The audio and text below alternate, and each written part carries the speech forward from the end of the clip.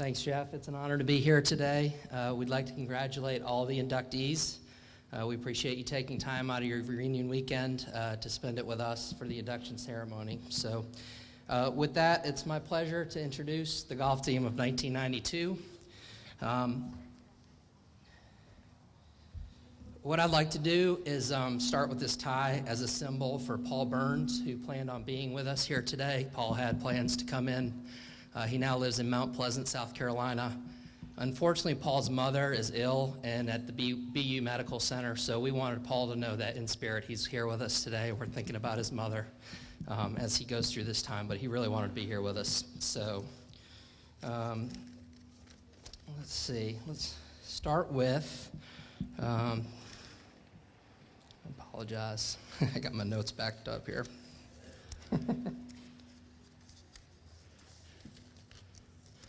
Oh.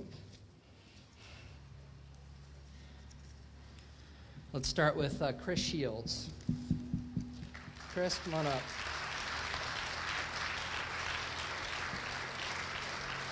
So Chris now lives in the Berkshires. He has 3 children. He helps to run a family business.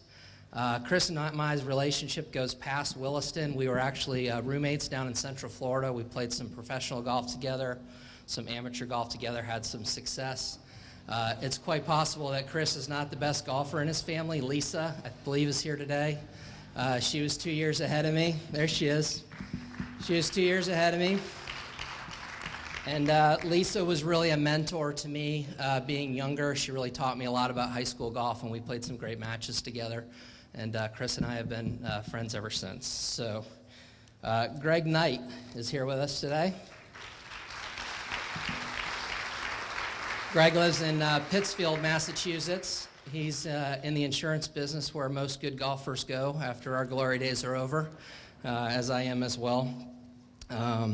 He's married with 2 girls, and Greg always had this calming force on our team. He had this wry smile, and you never could tell how Greg was playing, if it was good or bad, but he would just come in and kind of smile and hand you a scorecard, and it was usually a pretty good score. So, Dr. John Swazerski.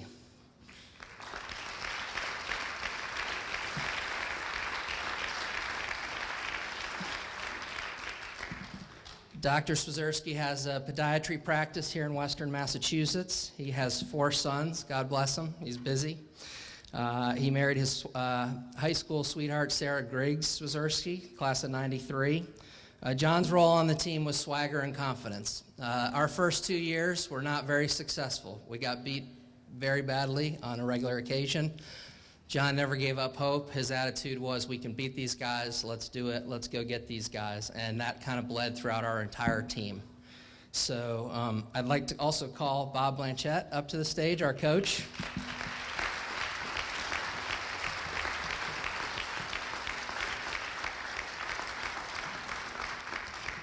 What can we say about Mr. Blanchette? I think he's done everything here but paint the walls and the buildings, and his French teacher, he's my French teacher. Obviously married with 2 sons, and Mr. Blanchette is expecting his first grandchild this summer, so very exciting times for him. Mr. Blanchette was always that calming force for us. He was always even keel. He was there with a thumbs up and a fist pump if you played well, and he was there with a pat on the back if you didn't play so well. He was just the glue that kept all of our personalities together. So this is the golf team of 1992 right here.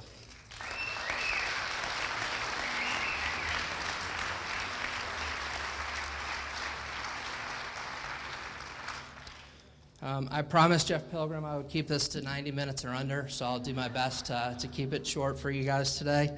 But in all seriousness, I'm not going to tell you about the big draw that John Swazerski hit over an oak tree up at Crumpton Fox, or the 3 birdies that Chris Shield made at the KIT in 1992, or the 25-footer that Greg made in the pouring rain to beat Deerfield. There's a good reason for that. There's a very good reason for that. I don't know if any of that's true.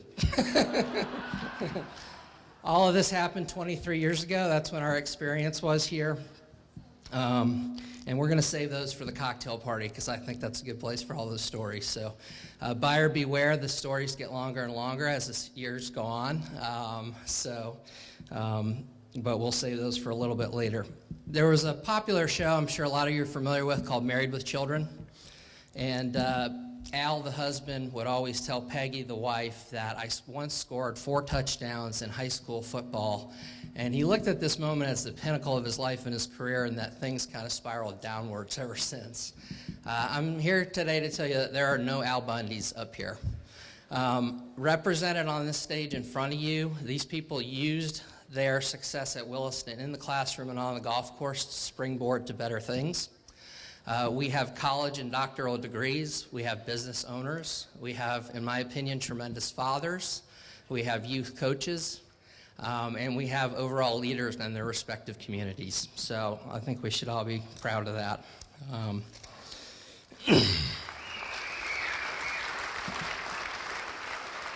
We would be remiss if we didn't thank the teachers and staff here at Williston. We truly do feel that our successes are your successes. So thank you very much for that. This is a special place for everyone. We know that. Williston's not a place to remember specific answers to specific questions. It's a place where teachers are required to challenge students, but students are also encouraged to challenge teachers. This is a place where we all learn to think independently, question norms, and push our limits. When we were at Williston, I'm going to date us guys a little bit here, apple was a food, a mouse was something you try to get out of your house, and the cloud was something that blocked the sun. We didn't have cell phones. We had to call someone, make a plan, pick a place, and be there at a certain time. That's all changed. Ask my 15-year-old.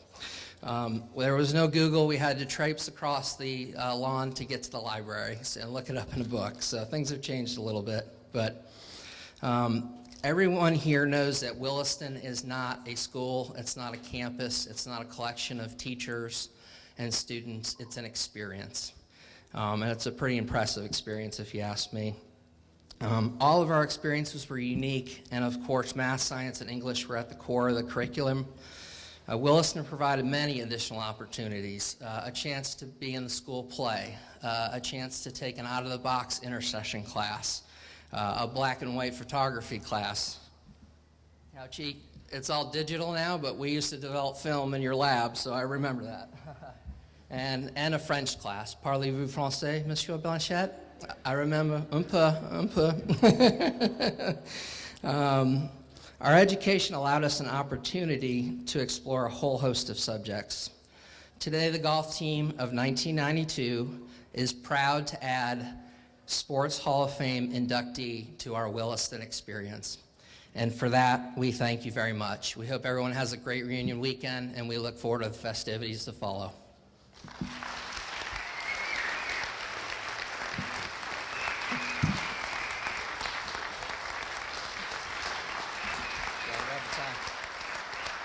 Thank you.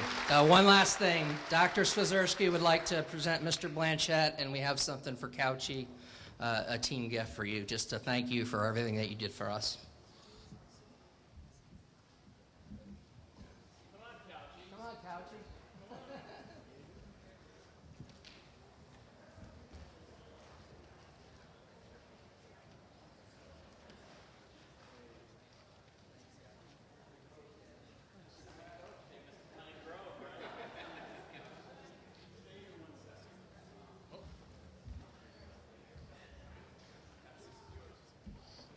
I had not planned on saying anything, but I think it's only fair, given the fact that this is the best golf team that ever played at Williston, that you understand a little bit more about their record.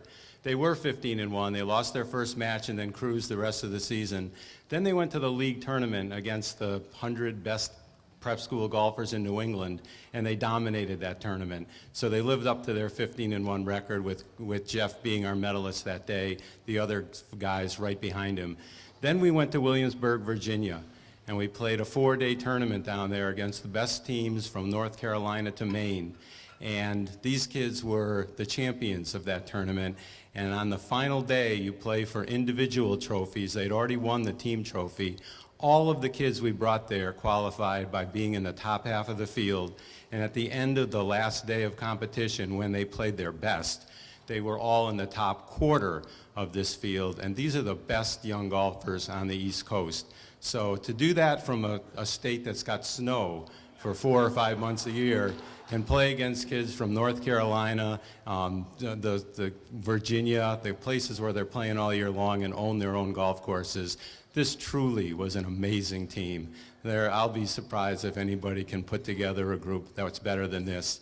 And as a coach, one thing I learned, when you have talent, they love their game, they love each other, they respect their opponents. Just stay out of their way and enjoy the ride. Thanks, fellas.